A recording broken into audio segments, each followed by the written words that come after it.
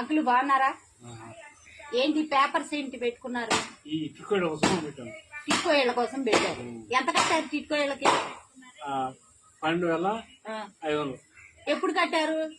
2018లో కట్టారు.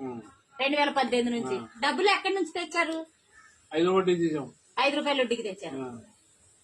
వింటున్నారా గుడివాడ వాస్తవ్యులంతా? ఒక్కసారి ఈ విషయాన్ని వినాలమ్మా. అంకుల్ కి పక్షవాతం వచ్చి తగ్గింది.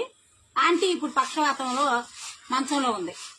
వీళ్ళు 2018లో 5 రూపాయల వడ్డీకి తెచ్చి టిట్కో ఇళ్ల కోసం చంద్రబాబు నాయుడు గారి హయాంలో కట్టారు.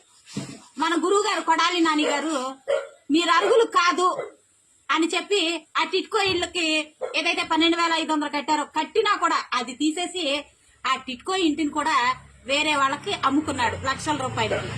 మా గురువు గారికి మట్టి అమ్ముకున్నాడు, ఇసుక అమ్ముకున్నాడు, ప్యాకెట్లు ఆడిచ్చాడు, క్యాసినోలు పెట్టించాడు. ఎన్ని చేయించినా వచ్చిన డబ్బు సరిపోక టిట్కో ఇళ్ళని కూడా 3 లక్షలకి 2 లక్షలకి అమ్ముకుని ఆ డబ్బులు కూడా తింటున్నాడు. అంటే ఇలా పక్షవాతం వచ్చి మంచంలో ఉన్న వాళ్ళను కూడా దోచుకోవడానికి ఏ మాత్రం సిగ్గు లేకుండా దోచుకుంటున్నాడు మా గురువు గారు కొడాలి నాని గారు.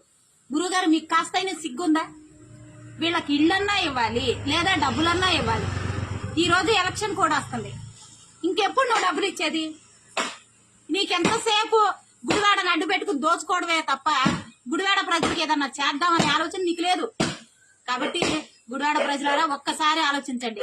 ఇలాంటి పరిస్థితి మరెవ్వరికీ రాకూడదు అని అనుకుంటే 20 ఏళ్లుగా మనం కొడాలి నానిని గెలిపించాం, వాడిని మేపాం, ఒక స్థాయికి తీసుకొచ్చాం.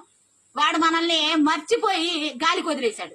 ఇప్పుడు మనం కూడా గుడివాడ ప్రజలంతా కూడా కొడాలి నాని అనే వ్యక్తిని మర్చిపోయి వెనుగండ్ల రామన్నకు ఓటేసి గుడివాడ అభివృద్ధి చేసుకున్నాం. ఇలా ఎవ్వరికి ఈ ఒక్క కేసే కదండి, గుడివాడ నియోజకవర్గంలో 100 వందల్లో ఉన్నాయి. టిట్కో ఇళ్ళు ఇవ్వకుండా డబ్బులు కట్టించుకుని పక్కన పెట్టేసి చాలా మంది ఉన్నారు, బయటకు రావట్లా భయపడి. కాబట్టి ఇలాంటి పరిస్థితి మనకు రాకుండా ఉండాలంటే వెనుగండ్ల రామన్నను గెలిపించుకుందాం అని తెలియజేస్తూ సెలవు తీసుకున్నాం. మీ ఆశ్రయించండి.